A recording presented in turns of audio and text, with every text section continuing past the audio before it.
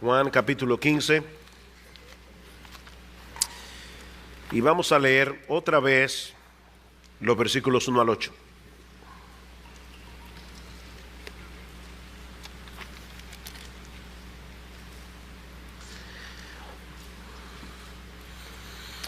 Dice así la palabra de Dios: Yo soy la vid verdadera, y mi Padre es el labrador. Todo pámpano que en mí no lleva fruto lo quitará, y todo aquel que lleva fruto lo limpiará para que lleve más fruto. Ya vosotros estáis limpios por la palabra que os he hablado. Permaneced en mí y yo en vosotros, como el pámpano no puede llevar fruto por sí mismo si no permanece en la vid, así tampoco vosotros si no permanecéis en mí.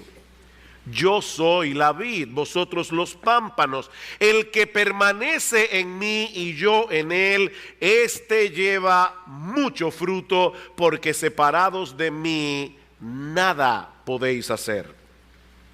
El que en mí no permanece será echado fuera como pámpano y se secará, y los recogen y los echan en el fuego y arden. Si permanecéis en mí, mis palabras permanecen en vosotros, pedid todo lo que queréis y os será hecho. Esta noche vamos a ver a qué se refiere esta promesa. En esto es glorificado mi Padre, en que llevéis mucho fruto y seáis así mis discípulos. Una de las cosas que solemos hacer los creyentes cuando estamos compartiendo el Evangelio es recomendar a las personas que lean el Evangelio de Juan. Estoy seguro que muchos de ustedes han hecho eso. Comparten el Evangelio, la persona muestra cierto interés, quiere leer la Biblia, y uno le dice: no comiencen necesariamente por Génesis, comienza en el Evangelio de Juan. Y eso tiene sentido porque el mismo Juan nos dice que el propósito de su evangelio es llevar a sus lectores a creer que Jesús es el Cristo, el Hijo de Dios, y para que creyendo tengáis vida en su nombre.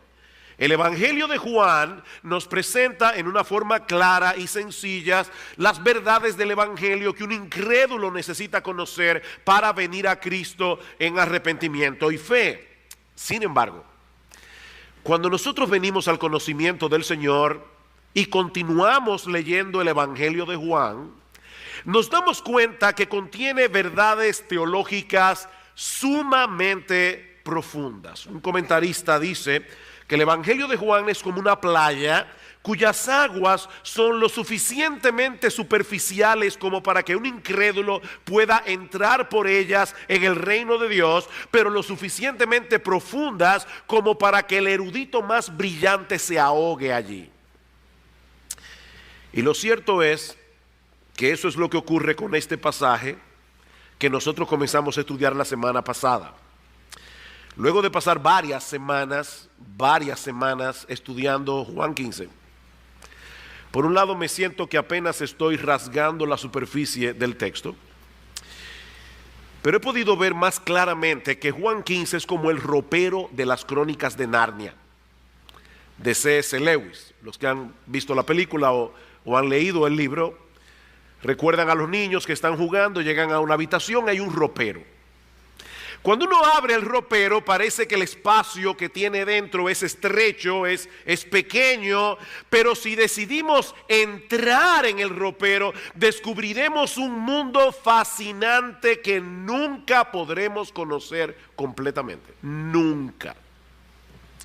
¿Qué nos enseña Jesús en Juan 15? Algo muy sencillo, que Él es la vid, su Padre es el viñador y nosotros somos las ramas. Él no es una vid entre muchas otras vides, no, Él es la única vid. Todas las demás son falsas, todas las demás son inauténticas, todas las demás son engañosas, o como en el caso de Israel, una mera sombra que apuntaba hacia la verdadera vid. Y nosotros somos las ramas, unidas a Cristo por la fe con una unión indisoluble. De manera, mis amados hermanos, que nuestra única función en el mundo es llevar los frutos de la vid. De hecho, Él nos dice que el pámpano que da fruto es podado por su Padre. A través de la palabra, cuando la palabra es predicada, ustedes son podados, somos podados. Cuando Dios viene y nos disciplina por causa de algún pecado, a través de providencias aflictivas, el Padre nos poda. ¿Para qué? Para que llevemos más frutos. ¿Y qué clase de fruto es este?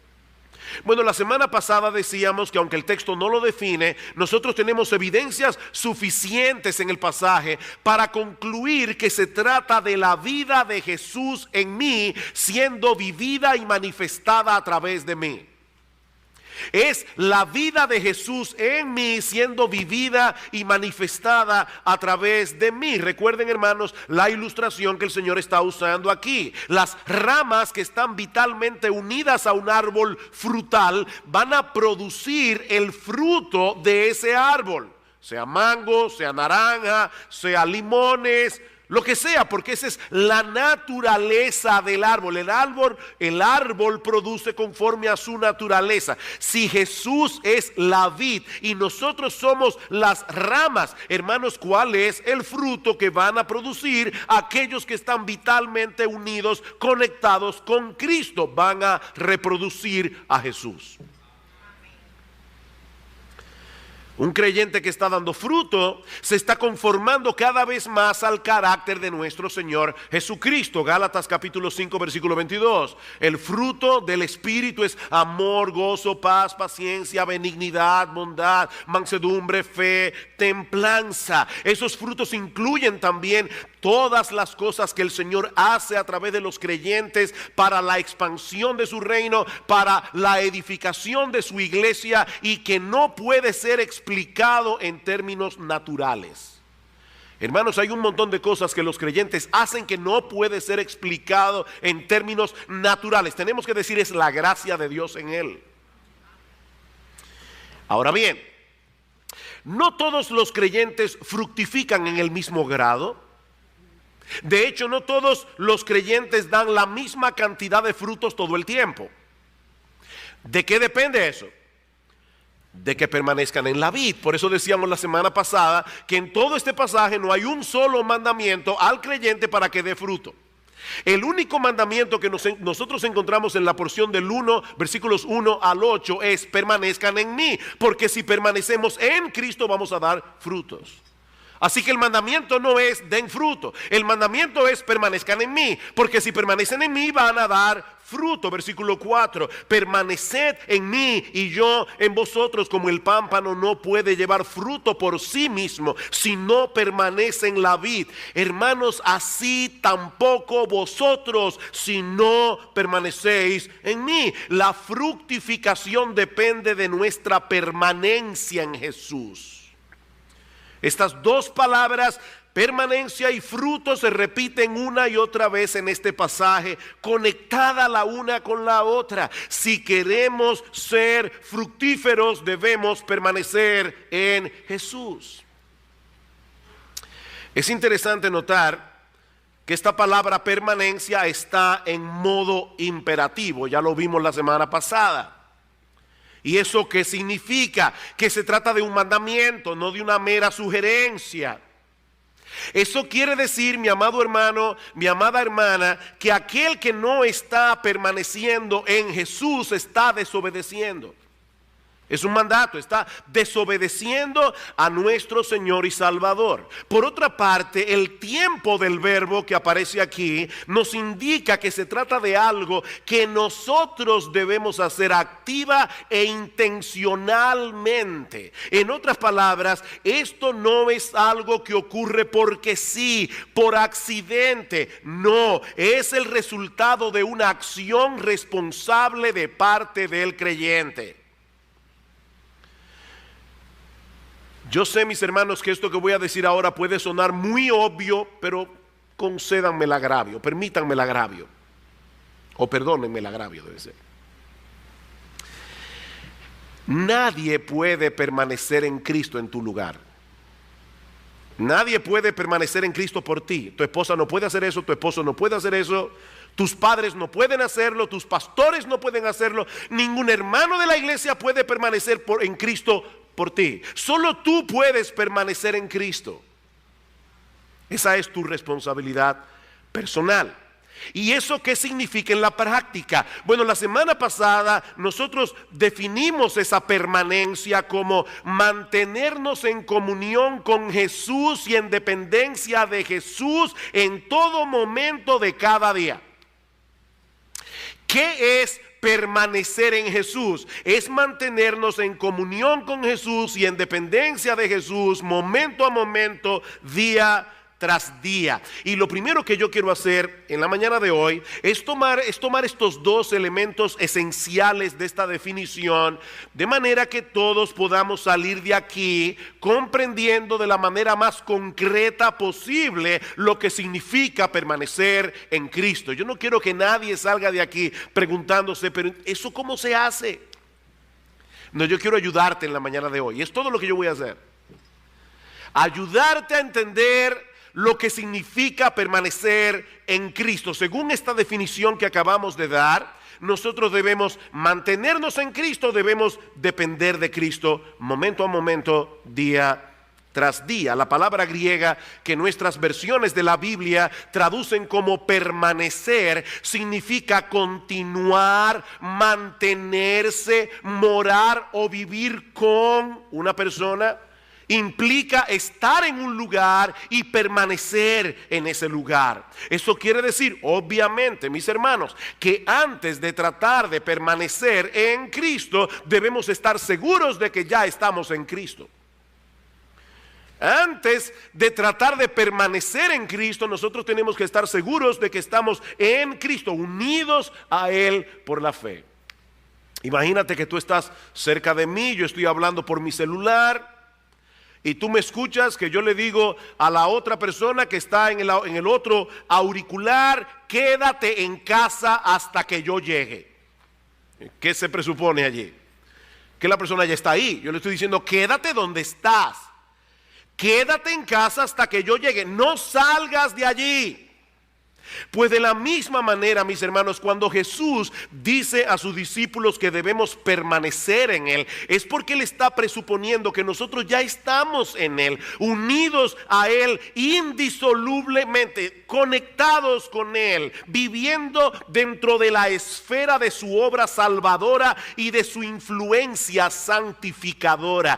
Ya estamos en Cristo. En Colosenses capítulo 3, versículo 3, Pablo dice que nuestra vida está escondida con Cristo en Dios. Y en Gálatas capítulo 2, versículo 20, dice el Señor, con Cristo estoy juntamente crucificado. Es como si entre Cristo y el madero de la cruz, tú estás allí en el medio. Con Cristo estoy juntamente crucificado. Y ya no vivo yo, mas vive Cristo en mí. Y lo que ahora vivo en la carne, lo vivo en la fe del Hijo de Dios, el cual me amó y se entregó a sí mismo por mí.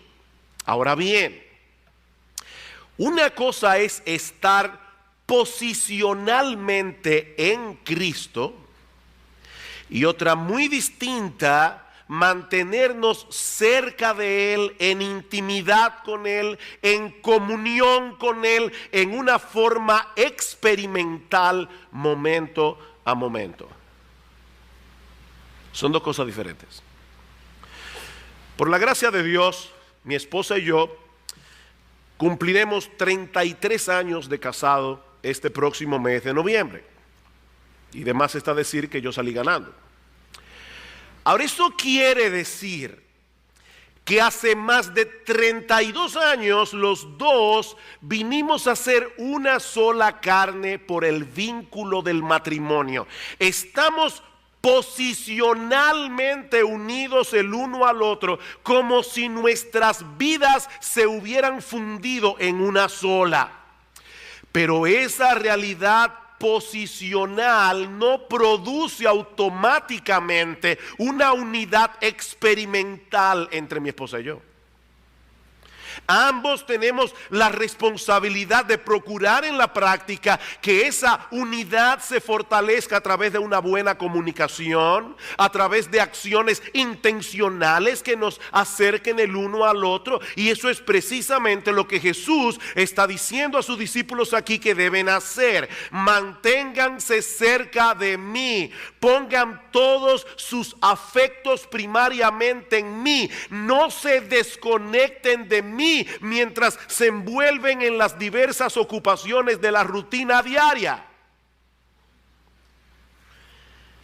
Debemos mantenernos anclados en nuestra devoción a Cristo. Vayan conmigo a Juan capítulo 1. Escuchen cómo Juan usa esta palabra, que por cierto es una palabra favorita en Juan, no así en Pablo y en los demás escritores del Nuevo Testamento, pero Juan usa la palabra mantenerse más de 40 veces en su evangelio y en sus cartas. Dice en Juan capítulo 1, versículo 35, está hablando de luego que el Señor fue bautizado por Juan el Bautista. El siguiente día estaba otra vez Juan y 2 de sus discípulos, y mirando a Jesús que andaba por allí, dijo: he aquí el Cordero de Dios. Le oyeron hablar los 2 discípulos y siguieron a Jesús. Y volviéndose Jesús y viendo que le seguían, les dijo: ¿qué buscáis? Ellos le dijeron: Rabí, que traducido es maestro, ¿dónde moras? Ahí está la palabra. Maestro, ¿dónde moras? ¿Dónde te estás quedando? Versículo 39, les dijo: venid y ved. Fueron y vieron donde moraba. Y ahí está la palabra de nuevo. Y se quedaron con él aquel día. Otra vez la misma palabra. Se quedaron con él aquel día, porque era como la hora sexta. Es decir, hermanos, ellos fueron a Jesús y permanecieron con Jesús físicamente, en este caso, todo el resto del día. ¿Qué significa entonces permanecer en Cristo? Es realmente estar con Cristo, es vivir con Cristo, es interactuar y conversar con Cristo. Significa mantenernos cerca del Señor en una comunión cercana, vital y constante. Juan Carlos Ryle nos dice en su comentario de Juan que es como si el Señor estuviera diciéndonos: aférrense a mí, no se suelten de mí, vivan una vida de comunión íntima y cercana conmigo, acérquense cada vez más, depositen todas vuestras cargas, todos vuestros pesos sobre mí, no se suelten ni un solo momento, arraíguense en mí. Mis hermanos, ¿acaso no es verdad que hay muchos momentos en que nuestras mentes andan divagando, entretenidas en tantas cosas que no estamos apercibidos de que el Señor está ahí? ¿O eso solamente me pasa a mí? Él está ahí y nosotros estamos unidos a Él. Esa es la enseñanza de Pablo en Romanos capítulo 8, versículo 35 en adelante. ¿Qué nos separará del amor de Cristo? Y la respuesta, si usted sigue leyendo el pasaje de Romanos, es nada, nada. ¿Qué puede separarnos del amor de Cristo? Nada.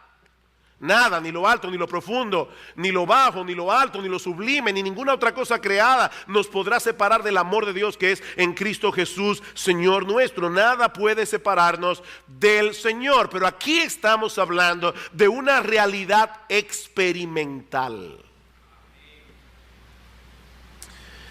Yo no sé cuántos de ustedes han estado en medio de un grupo en el que no conocen prácticamente a nadie.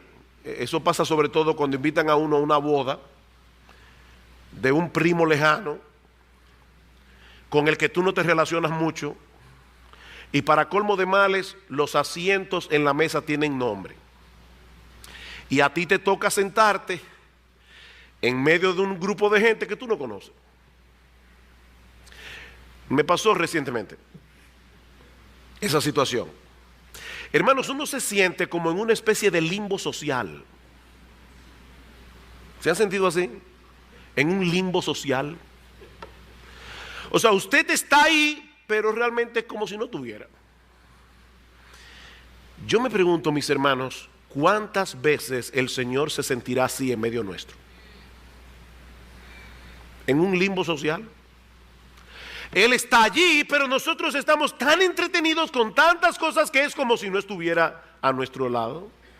Es como si Él no estuviera presente en nuestras reuniones, ni siquiera cuando estamos entre cristianos.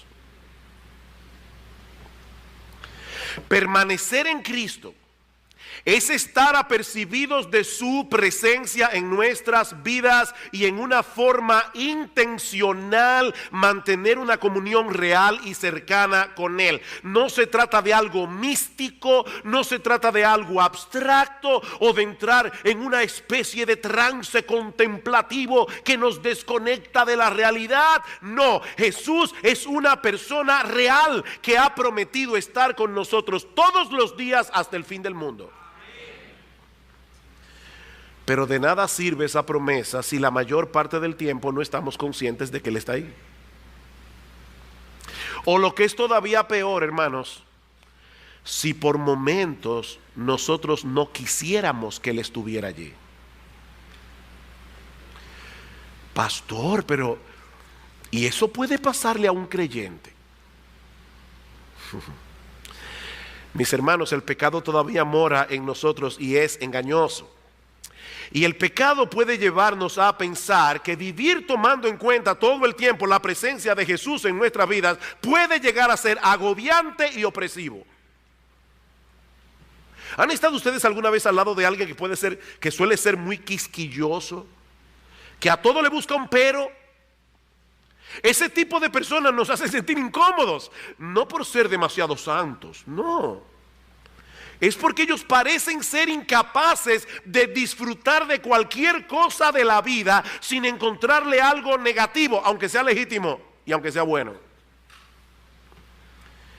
Esa no fue la experiencia que los discípulos tuvieron con Jesús. Recuerden, hermanos, que ellos convivieron con Él íntimamente por más de 3 años, y ahora que el Señor les ha dicho que se va, ellos no respiraron aliviados, no, sus corazones se llenaron de tristeza. ¿Saben por qué? Porque ellos no querían separarse de Jesús, porque ellos habían experimentado en la práctica que estar al lado de Jesús, como dice David en el Salmo 16, es experimentar plenitud de gozo, delicias a su diestra para siempre. A Jehová he puesto siempre delante de mí, por tanto se gozó mi corazón. Se gozó mi corazón. Queridos hermanos, Jesús vino a darnos vida y vida en abundancia. Si queremos disfrutar de esa realidad a plenitud, debemos mantenernos cerca de Él, cultivando una relación experimental, íntima y cercana con nuestro bendito, precioso, glorioso, maravilloso y exaltado Señor y Salvador Jesucristo. Pero no solo eso. Así como debemos mantenernos cerca de Cristo, también debemos depender de Él, momento a momento, conscientes de la necesidad que tenemos continuamente de todos los recursos que se encuentran en Él. El creyente que permanece en Cristo vive con la conciencia de lo mucho que necesita a Cristo. Él sabe que cuando está atribulado, solo podrá encontrar en Jesús el consuelo que su alma necesita. Él sabe que cuando nos sentimos desfallecer, solo en Cristo podemos encontrar el aliento y el estímulo necesario para seguir corriendo la carrera. Que cuando nos sentimos asediados por la tentación, solo en Cristo podemos encontrar la fortaleza necesaria para poder resistir. Y cuando queremos poner nuestros dones en operación para la expansión de su reino, para la edificación de su iglesia, nosotros sabemos que solo de Él podemos recibir los recursos de su gracia para poder ministrar eficazmente. Separados de mí nada podéis hacer. Es por eso que Pablo dice en Filipenses capítulo 1 versículo 21: para mí el vivir es Cristo. Pablo, ¿cómo tú defines la vida cristiana? Para mí el vivir es Cristo, porque Él es el centro alrededor del cual debe girar toda nuestra vida. Juan 15:6, 15:5 otra vez. Yo soy la vid, vosotros los pámpanos. El que permanece en mí y yo en él, este lleva mucho fruto, porque separados de mí nada podéis hacer. Queridos hermanos, si queremos tener una vida fructífera, debemos descansar en Cristo. Debemos acudir a Él conscientemente, reconociendo nuestra impotencia y procurando en oración su ayuda, su asistencia para el socorro oportuno, como dice en Hebreos capítulo 4, versículo 16. Señor, estoy en debilidad y necesito la fortaleza que solo viene de ti. Señor, estoy en confusión, yo no sé qué hacer, yo necesito la guía y la dirección que solo tú puedes darme a través de tu palabra. Señor, estoy desalentado, a punto de tirar la toalla. Necesito que me rescates, necesito que me levantes. Señor, yo quiero ser útil en tu reino, pero yo sé que yo no voy a poder hacer nada que realmente sea útil y que sea eficaz sin la ayuda de tu gracia. Ayúdame, Señor. Mi hermano, no olvides que nosotros somos meras ramas que no pueden producir por sí mismas absolutamente nada, si no es por la savia que fluye del tronco de la vid.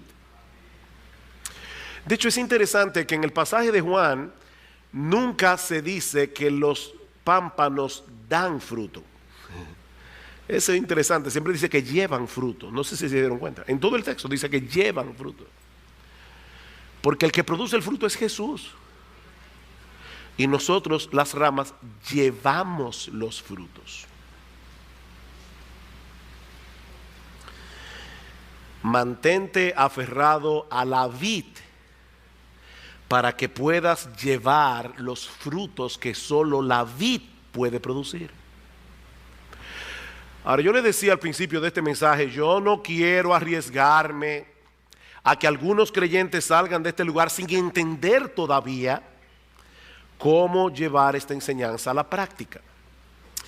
Así que, habiendo visto los dos elementos esenciales que componen nuestra permanencia en Cristo, mantenerse en Jesús, depender de Jesús, ahora yo quiero que veamos otros dos elementos que son indispensables para nuestra permanencia en Jesús. Nosotros podríamos mencionar otras cosas, pero estos dos son indispensables para nuestra permanencia en Jesús, y el primero es su palabra.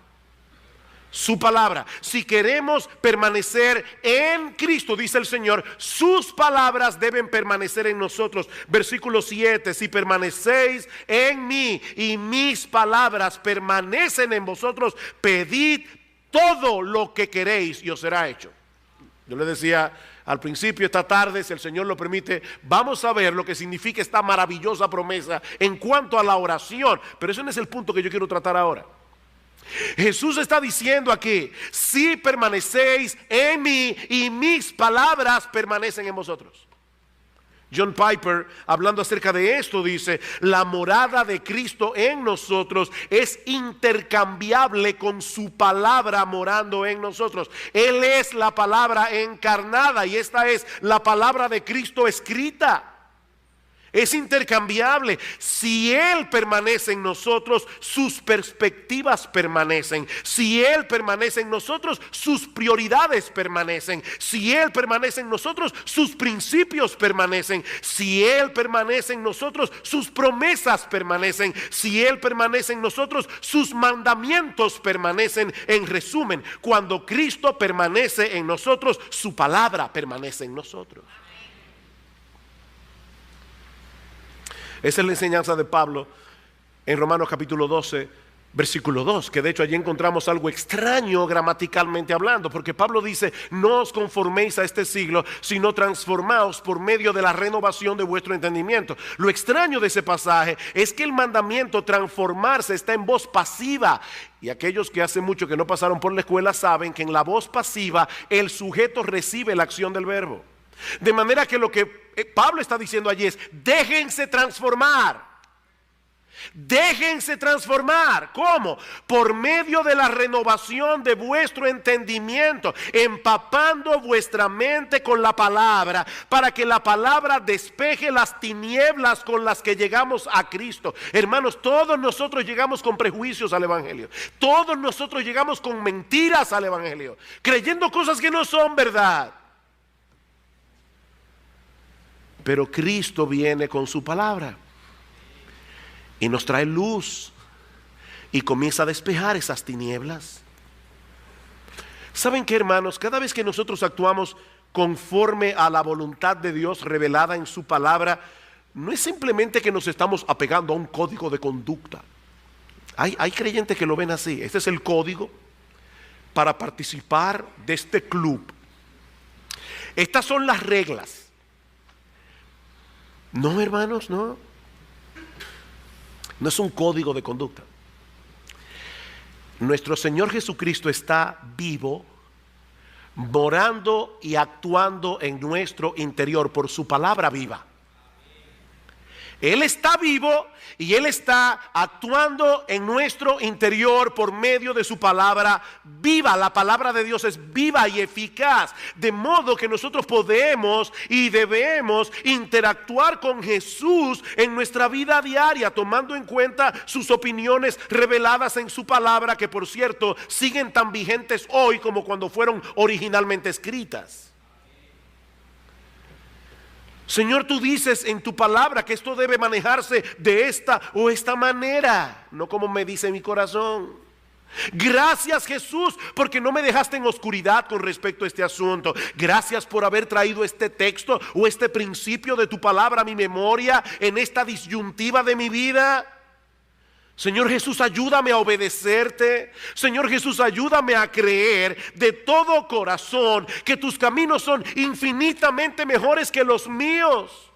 Ayúdame, Señor, a recordar en todo momento que tú viniste para que tengamos vida y vida en abundancia. Inclina, Señor, mi corazón a la obediencia para que yo pueda disfrutar de esa vida abundante que tú viniste a darme. Mis hermanos, no existen atajos para una vida cristiana fructífera. Esta es la época del microondas. Y uno quisiera, ¿verdad?, que llegara a la iglesia y automáticamente, sin hacer mucho esfuerzo, el microondas se encarga. No existe un cristianismo de microondas. No hay atajos para una vida cristiana fructífera. ¿Quieres llevar frutos para la gloria de Dios?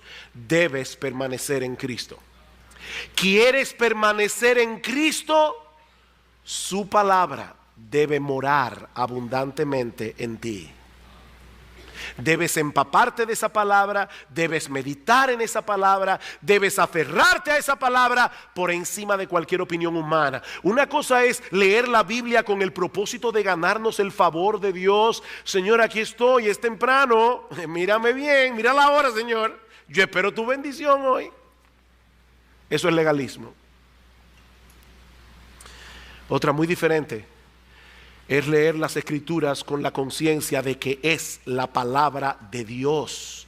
Y yo quiero conocerlo más íntimamente a Él, que se revela en esta palabra. Yo quiero conocer todo lo que Él hizo y todo lo que Él hace y todo lo que Él hará a mi favor a través del Evangelio. Yo quiero saber cómo piensa mi Señor. Yo quiero saber qué le agrada a mi Señor. Yo quiero saber qué le disgusta a mi Señor, porque eso es lo que me va a ayudar a tener una mayor intimidad con Él.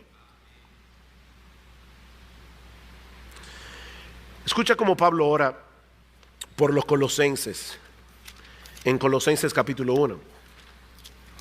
Colosenses capítulo 1, yo leí este texto en el culto de oración este miércoles. Dice: por lo cual, versículo 9, por lo cual también nosotros desde el día que lo oímos no cesamos de orar por vosotros y de pedir que seáis llenos del conocimiento de su voluntad en toda sabiduría e inteligencia espiritual. Yo quiero que ustedes sean llenos de ese conocimiento ¿para qué? Para que andéis como es digno del Señor, agradándole en todo, llevando fruto en toda buena obra y creciendo en el conocimiento de Dios. Yo quiero que ustedes hagan eso. Pablo, ¿y cómo yo puedo llenarme del conocimiento de su sabiduría, de esa sabiduría, del conocimiento de su voluntad? Colosenses 3:16, la palabra de Cristo more en abundancia en nosotros, enseñándoos y exhortándoos unos a otros en toda sabiduría, cantando con gracia en vuestros corazones al Señor, con salmos, con himnos y cánticos espirituales. Yo quiero que la palabra de Cristo more en abundancia en vosotros.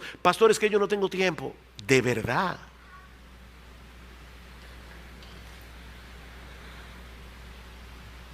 Dice John Piper que si para algo va a servir el Facebook y el Twitter en el día del juicio, es demostrar que la falta de oración y de lectura bíblica no era falta de tiempo.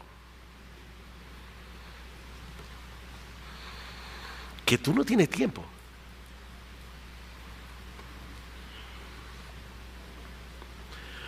¿O será que tus prioridades están trastornadas?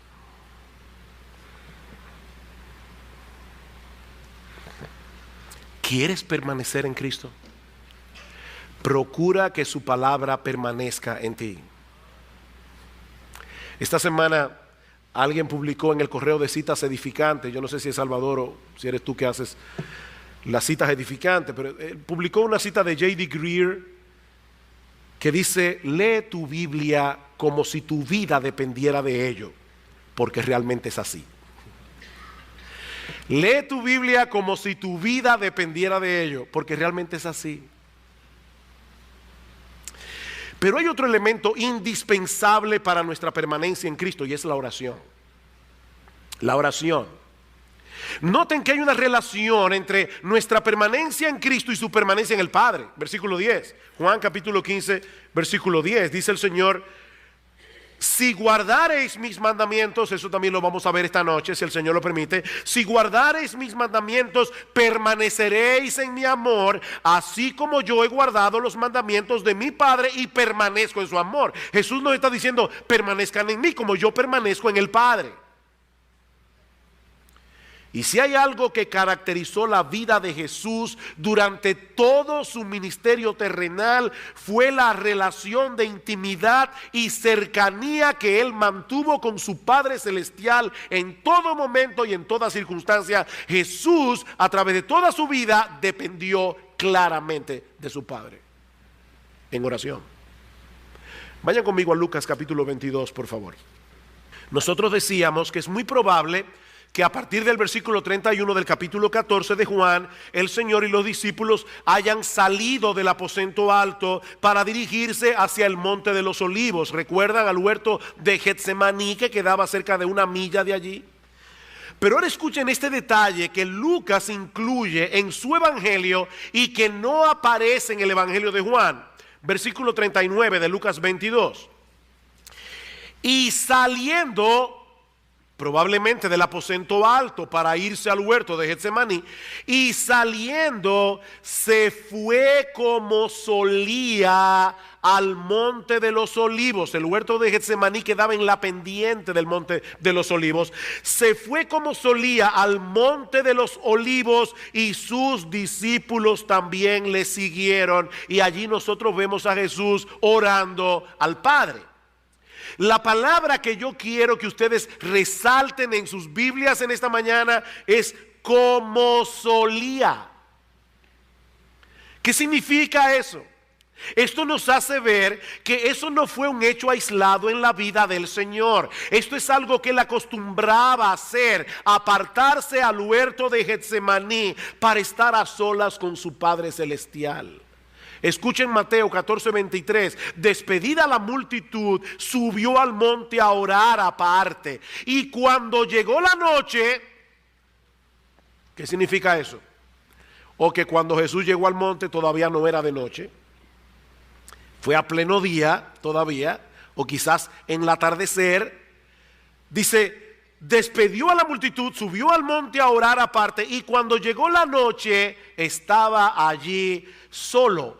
Hermanos, Jesús sabía que la efectividad de su ministerio dependía de su intimidad con su Padre. Marcos 1:35, levantándose muy de mañana, siendo aún muy oscuro, salió y se fue a un lugar desierto y allí oraba. Lucas 6:12, en aquellos días antes de la elección de los 12 apóstoles, él se fue al monte a orar y pasó la noche orando a Dios. Yo no sé si ustedes se dieron cuenta de lo que yo acabo de hacer, pero yo acabo de citar a 3 evangelistas diferentes.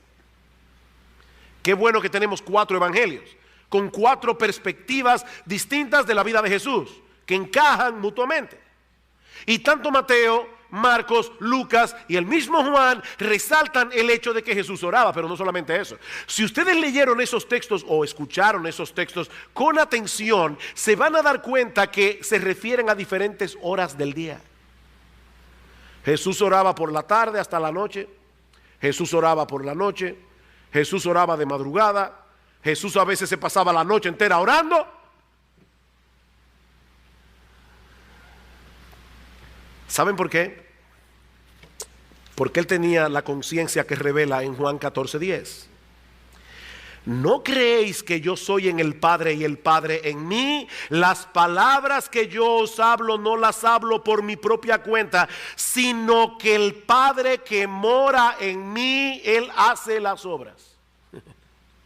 Jesús está en nosotros y Él hace las obras, así como el Padre estaba en Jesús y hacía las obras. Hermanos, Jesús, el Hijo de Dios, la segunda persona de la Trinidad encarnada, Dios hecho hombre, dependía enteramente de su Padre celestial. Déjame hacerte una pregunta.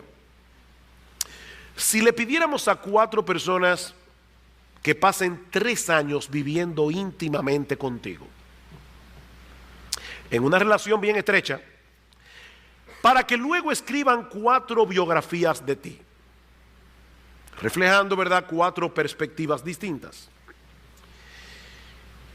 ¿cuál sería el rasgo dominante que ellos resaltarían acerca de ti?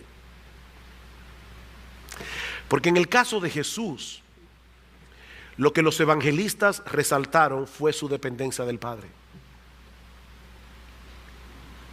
La oración fue un elemento vital en la vida y ministerio de nuestro Señor Jesucristo. Y ahora que Él está a punto de partir y dejar la responsabilidad de su obra en manos de los discípulos, sus discípulos hasta ahora estaban a la sombra, Jesús era el protagonista, ahora Jesús se va, ellos van a ser los maestros, ellos van a ser los líderes, ellos van a ser los evangelistas, ellos van a hacer la obra que Jesús estuvo haciendo por 3 años y medio. ¿Y saben lo que le ordena a Jesús?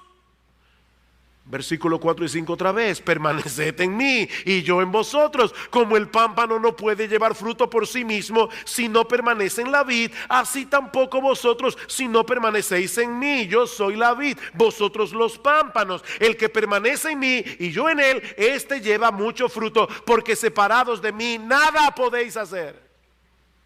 Nada podéis hacer. Hermanos, ¿qué hemos visto hasta aquí? Que debemos permanecer en Jesús para tener una vida cristiana fructífera, de la misma manera que las ramas de la vid deben permanecer en la vid. Hemos visto también que esa permanencia puede ser definida como mantenernos en comunión con Jesús y en dependencia de Jesús momento a momento, día tras día, de manera que la palabra y la oración son 2 elementos indispensables de esa permanencia. Debemos mantenernos en comunión con Jesús, debemos depender de Jesús desde que nos levantamos por la mañana hasta que nos acostamos en la noche. Debemos decir, al igual que David en el Salmo 5, oh Jehová, de mañana oirás mi voz, de mañana me presentaré delante de ti y esperaré. O como dice Isaías en Isaías 26:9, con mi alma te he deseado en la noche, y en tanto que me dure el espíritu dentro de mí, madrugaré a buscarte. En la oración del Padre Nuestro, Una de las cosas que debemos pedir es el pan de cada día, ¿verdad? ¿Y qué significa eso? El pan de cada día, dánoslo hoy. Bueno, eso implica por lo menos dos cosas. Primero, que tú vas a orar cada día, porque tú necesitas la comida de cada día. Pero en segundo lugar, que vas a orar por la mañana. Porque tú estás pidiendo, no, Señor, gracias por el pan que me diste. No, no, no, es el pan del cada día, dámelo hoy. Déjenme compartir con ustedes algo que escuché recientemente. Yo no voy a pedirles que levanten la mano, pero si yo hiciera la pregunta, ¿cuántos de los creyentes que están aquí sentados hoy en la mañana saben que necesitan a Dios? ¿Saben que necesitan un tiempo a solas con Dios? Yo estoy seguro que todos los cristianos que están aquí levantarían la mano. Tú sabes que necesitas estar a solas con Dios. Yo sé que yo necesito estar a solas con Dios. Bien. Pero a esa pregunta le falta algo, o a esa declaración le falta algo. Tú necesitas a Dios, yo necesito a Dios, pero lo que le falta a esa declaración es que Él quiere estar con nosotros. Déjame volver a repetir eso otra vez. Tú necesitas a Dios y Él quiere estar contigo. Él quiere estar contigo, si eres creyente. Nosotros no somos una interrupción en el itinerario de Dios. Óyeme, yo que estoy tan ocupado y aquí está esto otra vez. No. Él nos escogió desde antes de la fundación del mundo para tener comunión con nosotros y para hacernos cada vez más semejantes a nuestro Señor Jesucristo, de modo que cada día Él nos prepara una mesa para que vengamos delante de Él a tener comunión con Él. Mis hermanos, eso cambia por completo nuestra perspectiva, nuestra visión de ese tiempo a solas con Dios.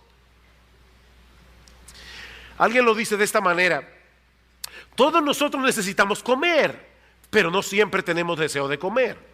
Algunos siempre tienen deseo de comer, pero hay algunos que se le ve el apetito de vez en cuando. Y cuando nos encontramos en esa condición inapetente, fácilmente podemos saltar alguna comida, porque tal vez estamos muy ocupados o entretenidos en alguna cosa. Ahora, si yo supiera que mi esposa me ha preparado mi plato favorito con mucho esfuerzo, porque es una fecha especial y ella quiere agradarme y pasar ese tiempo conmigo, ustedes pueden estar seguros de que yo no voy a saltar esa comida, no importa los compromisos que yo tenga ese día. Mis hermanos, lo que yo les estoy diciendo es que nuestro Dios nos prepara cada día un banquete de gracia y misericordia. Son nuevas cada mañana, un torrente de delicias, como dice el salmista, porque Él quiere que estemos con Él. Él quiere que estemos con Él, hermanos. No solo porque nos ama con un amor eterno e inalterable, sino porque Él quiere seguir formando la imagen de su Hijo en nosotros. Y eso no será posible a menos que cultivemos una relación estrecha con Él. Según a los Corintios 3:18, nosotros todos, mirando a cara descubierta como en un espejo la gloria del Señor, somos transformados de gloria en gloria en la misma imagen como por el Espíritu del Señor. Lo que nosotros vemos de Jesús en la Biblia nos lleva a admirar más a Jesús, y esa admiración por Jesús produce en nosotros una transformación de gloria en gloria conforme a la imagen de Jesús. Es así que funciona esto, hermanos. Y lo mismo podemos decir del culto de adoración.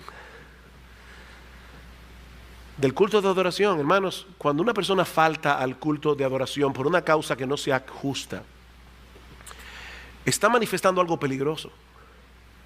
No en balde en Hebreos capítulo 10, cuando dice no se dejen de congregar como algunos tienen por costumbre, lo dice en el contexto de la apostasía, porque una de las primeras características de aquel que apostata, una de las primeras evidencias de aquel que termina apostatando de la fe, es que se comienza a desconectar de la iglesia en los cultos de adoración. Pero piensen en esto, hermanos, y yo no digo esto ahora para que me tomen pena, Pero Cristo ha prometido estar con nosotros en medio de su congregación cuando estemos 2 o 3 congregados en su nombre. Y durante la semana hay un siervo suyo, un pastor, un predicador que se pasa horas y horas y horas y horas estudiando las Escrituras, preparando el banquete que él sabe que Dios quiere que él le sirva a su pueblo.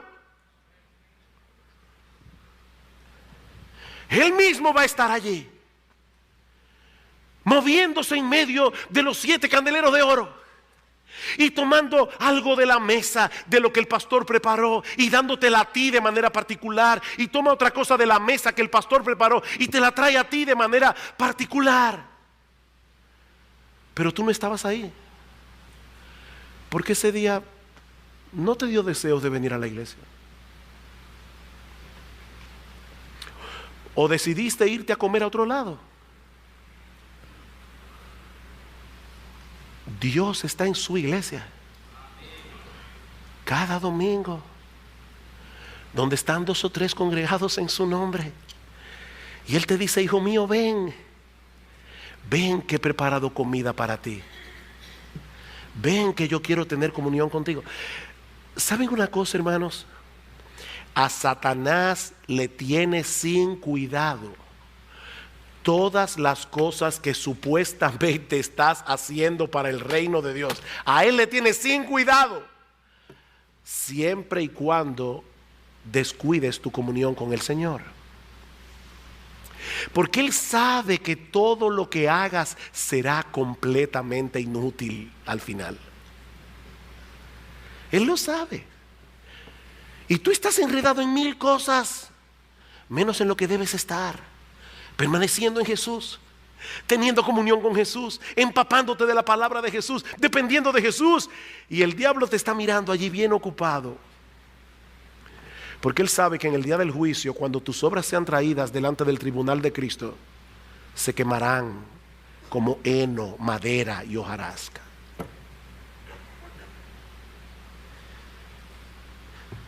Mi amado hermano, déjame hacerte una pregunta. ¿Cómo está tu comunión con el Señor? ¿Qué tan conscientemente tú vives delante de Él cada día? ¿Qué tanto mora su palabra en ti? ¿Qué tanto dependes de Él en oración? Porque nadie, y Salvador decía algo esta mañana acerca de eso en otro contexto, nadie se mantiene en un estado de neutralidad en este asunto. Si no estás permaneciendo en Cristo, es porque estás permaneciendo en otra cosa. Si no estás permaneciendo en Cristo, es porque estás permaneciendo en otra cosa. Hay algo o hay alguien que está ocupando tu mente y tu corazón, de tal manera que está desplazando a Jesús del centro de tu vida. Puede ser el trabajo, puede ser el deseo de prosperar económicamente, puede ser una excesiva preocupación por tu figura física.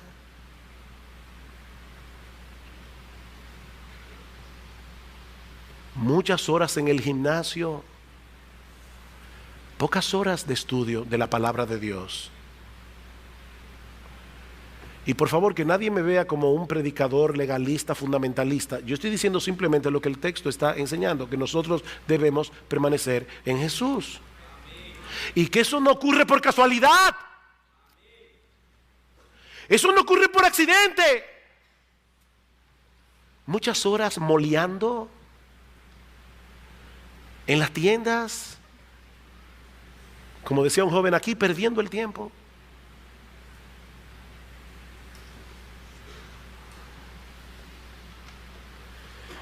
Yo sé que muchos están preocupados por la mundanalidad en la iglesia, por la mundanalidad que profesan, que perciben algunos que profesan la fe, por la forma inmodesta como se visten algunas, por los lugares que visitan, por las entretenciones que se permiten. Hermano, cada vez es más difícil distinguir a los creyentes de los incrédulos en sus entretenciones. Cada vez es más difícil porque no parece haber ninguna diferencia entre lo que hacen los impíos y lo que hacen los creyentes. Pero ¿saben cuál es la raíz de ese problema? Nuestra falta de permanencia en Jesús. Ese mal no se corrige poniendo más reglas que las que hay en la Biblia. Eso sí es legalismo.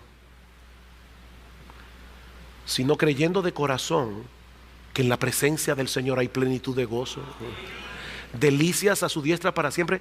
¿Ustedes creen que una hermana se va a vestir igual teniendo presente a Jesús? Entre el espejo y ella está Jesús.